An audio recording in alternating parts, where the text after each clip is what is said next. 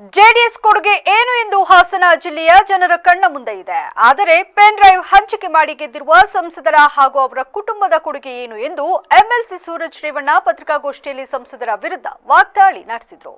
ನಗರದಲ್ಲಿಂದು ಸುದ್ದಿಗಾರರೊಂದಿಗೆ ಮಾತನಾಡಿದ ಅವರು, ಇತ್ತೀಚೆಗೆ ನಡೆದ ಸುದ್ದಿಗೋಷ್ಠಿಯಲ್ಲಿ ನನ್ನ ಕೊಡುಗೆ ಏನು ಎಂದು ಸಂಸದರು ಪ್ರಶ್ನೆ ಮಾಡಿದ್ದಾರೆ. ಹಳ್ಳಿಗಳಿಗೆ ಭೇಟಿ ನೀಡಿಲ್ಲ ಎಂದು ಆರೋಪಿಸಿದ್ದಾರೆ.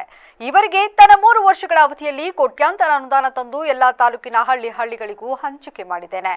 ತಾನು ನನ್ನ ಯಾವುದೇ ಕೆಲಸಗಳ ಬಗ್ಗೆ ಪ್ರಚಾರ ಬಯಸಿದವನಲ್ಲ ಎಂದರು. ಹೊಸದಾಗಿ ಸಂಸದರಾಗಿ ಆಯ್ಕೆಯಾಗಿದ್ದೇನೆ ಎಂಬ ಕಾರಣಕ್ಕೆ ಕೇವಲ ಮನವಿ ಪತ್ರಗಳನ್ನ ನೀಡಿ ಅದನ್ನೇ ಪ್ರಚಾರ ಮಾಡಿಕೊಂಡು ಬರುತ್ತಿರುವ ಸಂಸದರ ಅವಾಸ್ಯ ನನಗಿಲ್ಲ. ನನ್ನ ಕೆಲಸಗಳು ಹಳ್ಳಿಗಳಲ್ಲಿ ಇವೆ. ಕೇವಲ ತಬ್ಬಲಿ ಮಗ ಎಂದು ಜನರಿಗೆ ಮಂಕುಬೂದು ಇರಿಸಿ ಜನರಿಗೆ ಮೋಸ ಮಾಡಿದ್ದಾರೆ. ಅವರು ನಮ್ಮ ಬಗ್ಗೆ ಮಾತನಾಡುವ ಬದಲಾಗಿ ನಮ್ಮಂತೆ ಕೆಲಸ ಮಾಡಿ ತೋರಿಸಲಿ ಎಂದು ಸವಾಲು ಹಾಕಿದರು.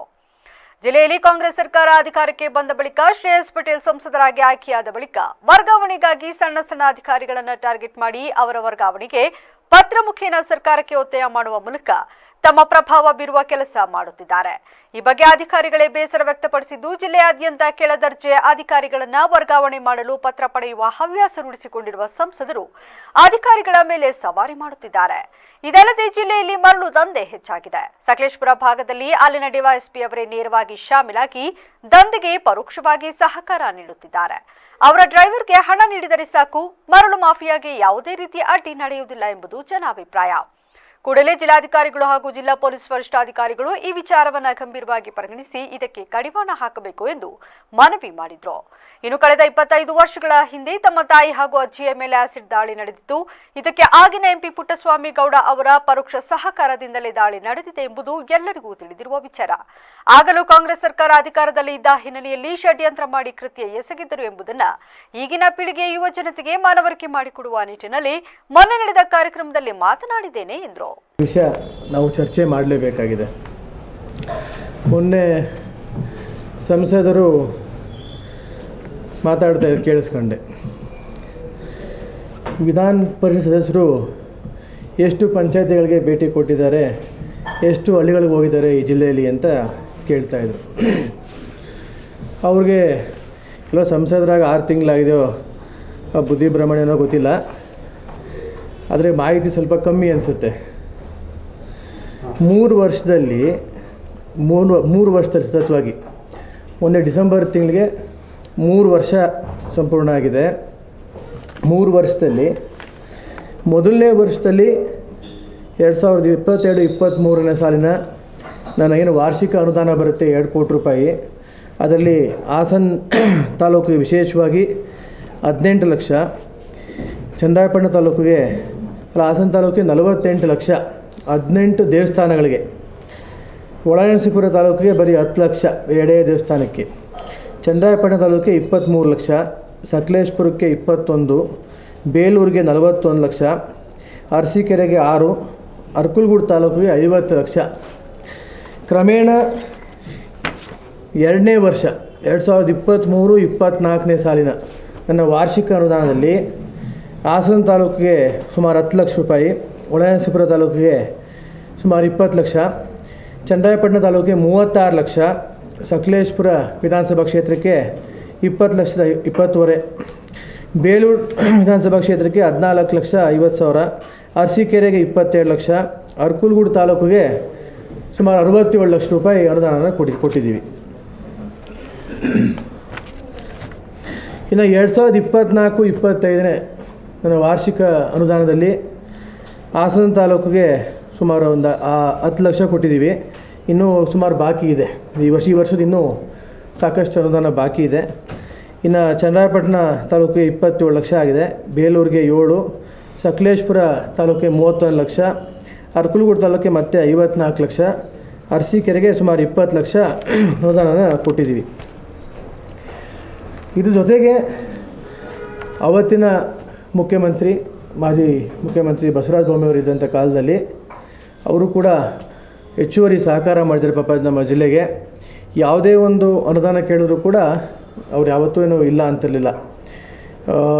RDPR ಆಗ್ಬೋದು, ಅಥವಾ ಇರಿಗೇಷನ್ಲಾಗ್ಬೋದು, PWD ಸಾಕಷ್ಟು ಹೆಡಿಂಗ್ಗಳಲ್ಲಿ, ಸಾಕಷ್ಟು ಇಲಾಖೆಗಳಲ್ಲಿ ಅನುದಾನನ ಪಾಪ ಸಹಕಾರ ಮಾಡಿದ್ದಾರೆ ನಮ್ಮ ಒಂದು ಜಿಲ್ಲೆಗೆ. ನಿಜ ಹೇಳಬೇಕು ಅಂದರೆ ಇವತ್ತು 5 ಕೋಟಿ ರೂಪಾಯಿ RDPR ಏನಿವತ್ತು ಜಿಲ್ಲಾ ಪಂಚಾಯತಿ ತಾಲೂಕು ಪಂಚಾಯತಿ ಇಲಾಖೆಯಿಂದ ಇವತ್ತು 5 ಕೋಟಿ ರೂಪಾಯಿ, ಅದರಲ್ಲಿ ಬೇಲೂರಿಗೆ 55 ಲಕ್ಷ ರೂಪಾಯಿ ಅನುದಾನ ಕೊಟ್ಟಿದ್ದೀವಿ. ಅರಕಲಗೂಡು ತಾಲೂಕಿಗೆ 55 ಲಕ್ಷ, ಅರಸೀಕೆರೆಗೆ 90 ಲಕ್ಷ, ಸಕಲೇಶಪುರ ತಾಲೂಕಿಗೆ 1,55,00,000, ಇನ್ನು ಚನ್ನರಾಯಪಟ್ಟಣ ವಿಧಾನಸಭಾ ಕ್ಷೇತ್ರಕ್ಕೆ 75 ಲಕ್ಷ, ಹಾಸನ ವಿಧಾನಸಭಾ ಕ್ಷೇತ್ರಕ್ಕೆ 75 ಲಕ್ಷ ರೂಪಾಯಿ ಕೊಟ್ಟಿದ್ದೀವಿ. ಮುಂದುವರೆದಲ್ಲಿ ಇರಿಗೇಷನ್ ಇಲಾಖೆಯಿಂದ ಅರಸೀಕೆರೆಗೆ 1 ಕೋಟಿ 10 ಕೋಟಿ ರೂಪಾಯಿ, ಟೋಟಲ್ 10 ಕೋಟಿ ರೂಪಾಯಿ ಇದೆ. ಅರಸೀಕೆರೆಗೆ 1 ಕೋಟಿ, ಅರಕಲಗೂಡು 1 ಕೋಟಿ, ಸಕಲೇಶಪುರಕ್ಕೆ 1,75,00,000, ಹಾಸನ ತಾಲೂಕಿಗೆ 1 ಕೋಟಿ, ಬೇಲೂರಿಗೆ 75 ಲಕ್ಷ, ಇನ್ನು ಚನ್ನರಾಯಪಟ್ಟಣಕ್ಕೆ 1,20,20,00,000, ಇನ್ನು ಕೇರ್ಪೇಟೆ ತಾಲೂಕು ಕೂಡ 1,80,00,000 ನಮ್ಮ ಒಂದು ಇರಿಗೇಷನ್ ಅನುದಾನದಲ್ಲಿ ಸಹಕಾರ ಮಾಡಿದ್ದೀವಿ. ಇನ್ನು ಮಲೆನಾಡು ಅಭಿವೃದ್ಧಿ ಡೆವಲಪ್ಮೆಂಟ್ ಬೋರ್ಡಿಂದ ವಾರ್ಷಿಕವಾಗಿ ಒಂದಷ್ಟು ಅನುದಾನ ಬರುತ್ತೆ. 2022-23ನೇ ವರ್ಷದಲ್ಲಿ 1 ಕೋಟಿ ರೂಪಾಯಿ ಬಂದಿತ್ತು. ಅದರಲ್ಲಿ ಬಹುತೇಕ ಏನು ಅವತ್ತು ನಮ್ಮ ಹಾಸನ MLA, ಇವತ್ತು ಏನು ನಮ್ಮ ಹಾಲಿ MLA ಇದೆ ಸ್ವರೂಪ್ ಪ್ರಕಾಶ್ ಇದ್ದಾರೆ, ಅವ್ರಿಗೆ ಸಹಕಾರಿಯಾಗಂತೆ ಹಾಸನ ಕ್ಷೇತ್ರಕ್ಕೆ, ಹಾಸನ ವಿಧಾನಸಭಾ ಕ್ಷೇತ್ರಕ್ಕೆ 83 ಲಕ್ಷ ಅವತ್ತು ಅನುದಾನ ಕೊಟ್ವಿ. ಸಕಲೇಶಪುರಕ್ಕೆ 17 ಲಕ್ಷ ಕೊಟ್ವಿ ಇವತ್ತು 1 ಕೋಟಿ ರೂಪಾಯಿಲಿ. ಇನ್ನು 2023ನೇ ವರ್ಷದ್ದು ಹಾಸನ ತಾಲೂಕಿಗೆ 15, ಸಕಲೇಶಪುರ 15, ಇನ್ನು ಬೇಲೂರು ತಾಲೂಕು ಕೂಡ 5 ಲಕ್ಷ ಕೊಟ್ಟಿದ್ದೀವಿ.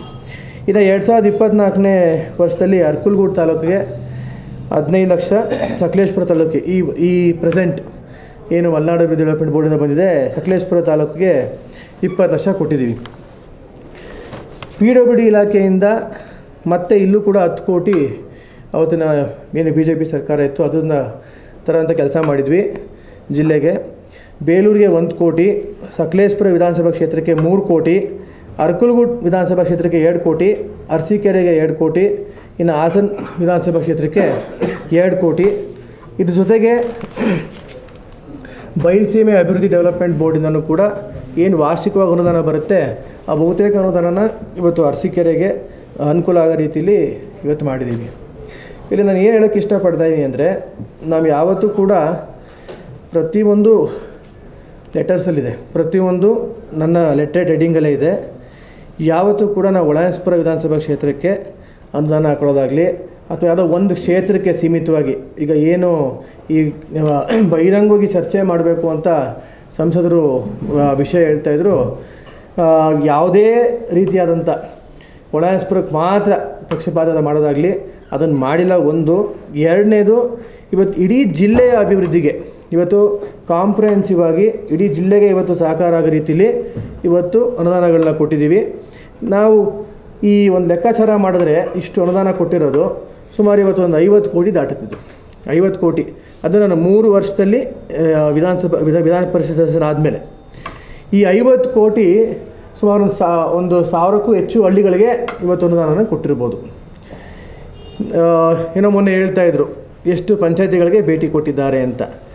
ಇವತ್ತು 1,000ಕ್ಕೂ ಹೆಚ್ಚು ಹಳ್ಳಿಗಳಿಗೆ ಇವತ್ತು ಭೇಟಿ ಕೊಟ್ಟು ಗುದ್ಲಿ ಪೂಜೆ ಮಾಡಿ ಅಲ್ಲಿ ರಸ್ತೆ ಕಾಮಗಾರಿ ಆಗಿರ್ಬೋದು ಅಥವಾ ದೇವಸ್ಥಾನ ಜೀರ್ಣೋದ್ಧಾರ ಆಗಿರ್ಬೋದು ಅಥವಾ ಅನೇಕ ಕಟ್ಟಡಗಳಿಗೆ ಇವತ್ತು ದುರಸ್ತಿ ಆಗ್ಬೋದು, ಸಾಕಷ್ಟು ಅಭಿವೃದ್ಧಿ ಕೆಲಸಗಳಿಗೆ ಸಾರ್ವಜನಿಕವಾಗಿ ಏನು ಅವಶ್ಯಕತೆ ಇದೆ ಆ ಕೆಲಸಗಳಿಗೆ ಇವತ್ತು ಸಹಕಾರ ಮಾಡಿದ್ದೀವಿ. ನಾನು ಕೇಳೋದು ಇಷ್ಟೇ, ಇವತ್ತು ನಿಮ್ಮ ಕೊಡುಗೆ ಏನಿದೆ? ನೀವು ಕೂಡ ಜಿಲ್ಲಾ ಪಂಚಾಯತಿ ಮೆಂಬರ್ ಆಗಿದ್ರಿ, ಒಂದು ಹೋಬ್ಳಿಗೇ 10 ರೂಪಾಯಿ ಕೆಲಸ ಮಾಡಿಲ್ಲ, ಒಂದು ಹೋಬ್ಳಿಗೇ 10 ರೂಪಾಯಿ ಕೆಲಸ ಮಾಡಿಲ್ಲ, ಒಂದು ಬೆಟ್ ಮಾಡಿ ತೋರಿಸೋಂಥ ಒಂದು ಯಾವುದೇ ರೀತಿಯಾದಂಥ ಅಭಿವೃದ್ಧಿ ನಡೆದಿಲ್ಲ. ಇವತ್ತು ಆಯಿತು, ಏನೋ ಒಂದು ಅಚಾನಕ್ಕಾಗಿ ಇವತ್ತು ಪೆನ್ ಡ್ರೈವ್ನ ಹಂಚಿ ಇವತ್ತು ಸಂಸದರಾಗಿದ್ದೀರ ಇವತ್ತು. ಹೌದು, ಇವತ್ತು ನಾನು ನಿಮ್ಗೆ ಕೇಳೋಕ್ಕೆ ಇಷ್ಟಪಡ್ತೀನಿ, ಹಿಂದೇನೂ ಕೂಡ ನೀವು ಜಿಲ್ಲಾ ಪಂಚಾಯತ್ ಸದಸ್ಯರಾಗಿದ್ದಾಗ ನಿಮ್ಮದೇ ಸರ್ಕಾರ ಇತ್ತು, ಈಗಲೂ ಕೂಡ ನಿಮ್ಮದೇ ಸರ್ಕಾರ ಇದೆ. ಜಿಲ್ಲೆಗೆ ಏನು ಅಭಿವೃದ್ಧಿ ಮಾಡ್ತೀರಾ, ಜಿಲ್ಲೆಗೆ ಏನು ಮಾಡ್ತೀರಾ ಅದನ್ನು ನಿರೂಪಣೆ ಮಾಡಿ. ಒಂದು. ಎರಡನೇದು, ಇವತ್ತು ನಮ್ಮ ರೈತರಿಗೆ ನಾವು ನೋಡ್ತಾ ಇದ್ದೀವಿ, ನಮ್ಮ ಇಡೀ ಜಿಲ್ಲೆಯಲ್ಲಿ ಯಾವ ರೀತಿ ಕಷ್ಟ ಆಗ್ತಿದೆ, ಯಾವ ರೀತಿ ತೊಂದರೆಗಳಾಗ್ತಿದೆ ನಾವು ದಿನನಿತ್ಯ ನೋಡ್ತಾ ಇದ್ದೀವಿ.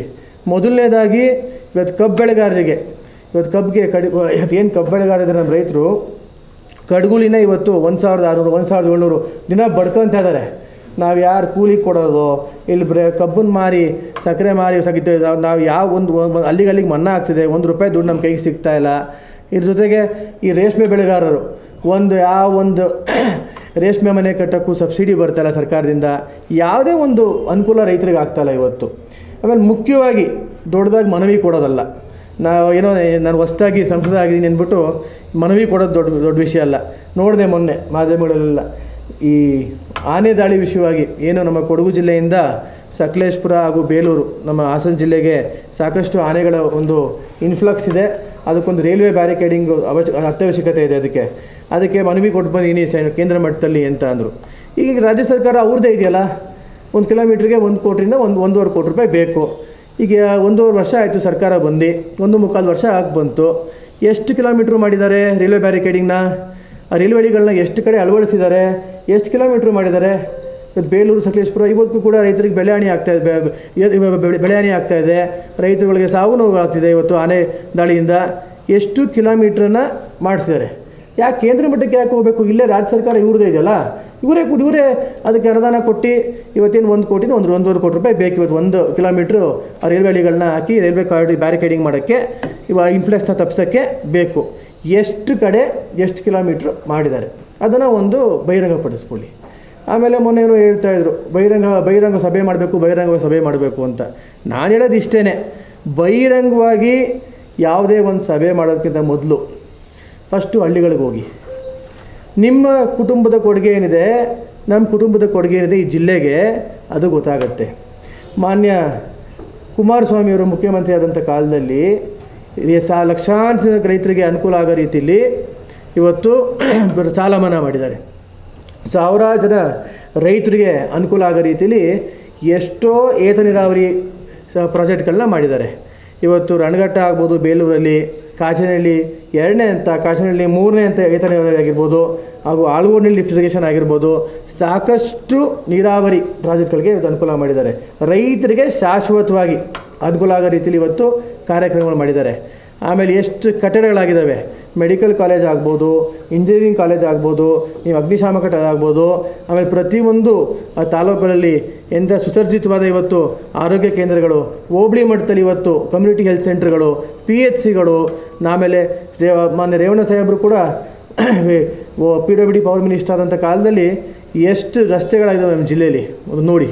ಇವತ್ತು ಅಕ್ಕಪಕ್ಕ ಜಿಲ್ಲೆಯವರು ಕೊಡಗುಗೆ ಹೋಗ್ಬೋದು ಅಥವಾ ಮಂಡ್ಯ ಜಿಲ್ಲೆಗೆ ಹೋಗ್ಬೋದು, ಅಲ್ಲಿ ಹೋಗ್ತಿಂಗೆ ರಸ್ತೆಗಳು ಯಾವ ರೀತಿ ಇದ್ದಾವೆ, ಇಲ್ಲಿ ರಸ್ತೆಗಳು ಹೆಂಗಿದ್ದಾವೆ.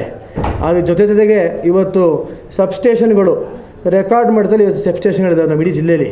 220 KV ಆಗ್ಬೋದು ಅಥವಾ 66 KV ಆಗ್ಬೋದು. ಸಬ್ಸ್ಟೇಷನ್ಗಳು ಇವತ್ತು ಯಾವ ರೀತಿ ಇವತ್ತು ರೈತನಿಗೆ ಶಾಶ್ವತವಾಗಿ ಅನುಕೂಲ ಆಗೋ ರೀತಿಲಿ, ಅವನಿಗೆ ಬೆಳೆ ರೀತಿಯಲ್ಲಿ ಅನುಕೂಲ ಆಗೋ ರೀತಿಲಿ ಒಂದು ಎಲೆಕ್ಟ್ರಿಸಿಟಿ ಆಗ್ಬೋದು, ಅಥವಾ ಅವನಿಗೆ ಮೂಲಭೂತ ಸೌಕರ್ಯ ರಸ್ತೆ ಆಗ್ಬೋದು, ಒಂದು ಕಟ್ಟಡಗಳಾಗ್ಬೋದು. ಇದು ಶಾಶ್ವತವಾಗಿ ಅನುಕೂಲ ಆಗೋ ರೀತಿಲಿ ಇವತ್ತು ಅಭಿವೃದ್ಧಿ ಕೆಲಸ ಕಾರ್ಯಗಳನ್ನ ಈ ಜಿಲ್ಲೆಯಲ್ಲಿ ಮಾಡಿದ್ದಾರೆ. ಈ ನೀವು ಜಿಲ್ಲೆಗಳು ವಿಸಿಟ್ ಕೊಟ್ಟಾರೆ ನಿಮಗೆ ಅರ್ಥ ಆಗುತ್ತೆ ಎಲ್ಲೆಲ್ಲಿ ಏನೇನು ಮಾಡಿದ್ದಾರೆ ಅಂತ ನಿಮ್ಗೆ ಗೊತ್ತು. ನಿಮಗೆ ನಾನು ಕೇಳೋದು ಇಷ್ಟೇ, ನಮ್ಮ ತಂದೆಯವ್ರು ಏನಾಯಿತು, ನಮಗಿಲ್ಲಿ ಕೆಲಸ ಮಾಡೋದು ಮಾತ್ರ ಹೇಳ್ಕೊಟ್ರು. ಈ ಪುಕ್ಸಟ್ಟೆ ಪಬ್ಲಿಸಿಟಿ ತಗೊಳ್ಳೋದು, ಈ ಮೈಕ್ ಇಟ್ಕೊಂಡು ಈ ವಾರಕ್ಕೊಂದ್ಸರಿ ಪ್ರೆಸ್ ಮೀಟ್ ಮಾಡೋದು, ಕೆಲಸ ಮಾಡೋದು. ಜಿಲ್ಲೆಗೆ ಕೆಲಸ ಝೀರೋ, ಜಿಲ್ಲೆಗೆ ಕೊಡುಗೆ ಝೀರೋ. ಬರೀ ಪುಕ್ಸಟ್ಟೆ ಪಬ್ಲಿಸಿಟಿ ಇಟ್ಕೊಳ್ಳೋದು, ಏನೋ ಮನೆ ಮೈಕ್ ಇಟ್ಕೊಂಡು ಮಾತಾಡೋಕ್ಕೆ ಬರುತ್ತೆ ಅಂತಲೂ ಹೇಳ್ತಾಯಿದ್ರು. ನಮಗೆ ಈ ರೀತಿಯಾದಂಥ ಸಂಪ್ರದಾಯ ನಮ್ಗೆ ಹೇಳ್ಕೊಟ್ಟಿಲ್ಲ. ನಾನು ಇಷ್ಟೇ ವಿನಂತಿ ಮಾಡೋದು, ಆಯಿತು ಅಧಿಕಾರ ಇವತ್ತು ನಿಮ್ಮ ಕೈಲಿದೆ. ನಾನು 3 ವರ್ಷ ವಿಧಾನ ಪರಿಷತ್ ಕೆಲಸ ಮಾಡಿರೋದು ಇವತ್ತು ವಿರೋಧ ಪಕ್ಷದಲ್ಲಿ ಕೂತು ಅಪೋಸಿಷನ್ ಪಾರ್ಟಿ ಇದ್ರಲ್ಲಿ ಕೂತ್ಕೊಂಡು ನಾನು ಕೆಲಸ ಮಾಡಿರೋದು. ಈ ಅಪೋಸಿಷನ್ ಪಾರ್ಟಿಲಿ ಕೂತು ಕೆಲಸ ಮಾಡಿದ್ರು ಕೂಡ ನಮ್ಮ ಜಿಲ್ಲೆಗೆ ಏನು ಅನುಕೂಲ ಆಗಬೇಕೋ ಯಾವ ರೀತಿ, ಈಗ 10ಕ್ಕೆ 6 7 ಕೆಲಸ ಮಾಡಿದ್ದೀನಿ. ನಾನು ಏನು ಮಾಡಬೇಕೋ ಮಾಡಿದ್ದೀನಿ. ನೀವು ಮಾಡಿ ತೋರಿಸಿ, ಆಯಿತಾ? ನೀವು ಮಾಡಿ ತೋರಿಸಿ. ನೀವು ಅದೇನೋ ನಮ್ಮ ತಾತ ಅವರು ಇವ್ರ ತಾತ ಅಂತ ದೊಡ್ಡದ ವಿಷಯ ಮಾತಾಡ್ತಾ ಇದ್ರಲ್ಲ, ಅದೇ ನಿಮ್ಮ ಕುಟುಂಬದ ಕೊಡುಗೆ ಇದೆ ಅಂತ ಅದನ್ನು ಬಹಿರಂಗಪಡಿಸಿ. ನಮ್ಮದೇನು ಬಹಿರಂಗಪಡಿಸ್ಬೇಕಾಗಿಲ್ಲ, ಬಹಿರಂಗಪಡಿಸ್ಬೇಕಾಗಿರೋದು ನೀವು. ಯಾಕಂದರೆ ನಮ್ಮದು ಎಲ್ಲ ಬಹಿರಂಗವಾಗಿ ಕಾಣ್ತಾ ಇದೆ ಇಡೀ ಜಿಲ್ಲೆಯಲ್ಲೇ. ಎಲ್ಲ ಜಿಲ್ಲಾ ಹೆಡ್ ಕ್ವಾರ್ಟರ್ಸಲ್ಲಿ ಆಗ್ಬಿಟ್ಟು ಎಲ್ಲ ತಾಲೂಕುಗಳಲ್ಲೂ ಅಷ್ಟೇ ನಮ್ಮ ಕೆಲಸ ಏನಿದೆ, ನಮ್ಮ ಕೊಡುಗೆ ಏನಿದೆ ಅಂತ ಎಲ್ಲ ಇಡೀ ಇದರಲ್ಲೇ ಕಾಣ್ತಾ ಇದೆ. ನಾವೇನು ಯಾರಿಗೇನು ಬಹಿರಂಗವಾಗಿ ನಿಮ್ಮನ್ನು ಕರೆದಿ ತೋರಿಸ್ಬೇಕಾಗಿಲ್ಲ. ನೀವು ಬಹಿರಂಗವಾಗಿ ಕೆಲಸ ಮಾಡೋದನ್ನ ಕಲ್ತ್ಕೊಳ್ಳಿ. ಇದ್ರ ಜೊತೆಗೆ ಒಂದು ಭಾಳ ದೊಡ್ಡ ಹಗರಣ ನಡೀತಾ ಇದೆ ನಮ್ಮ ಹಾಸನ ಜಿಲ್ಲೆಯಲ್ಲಿ.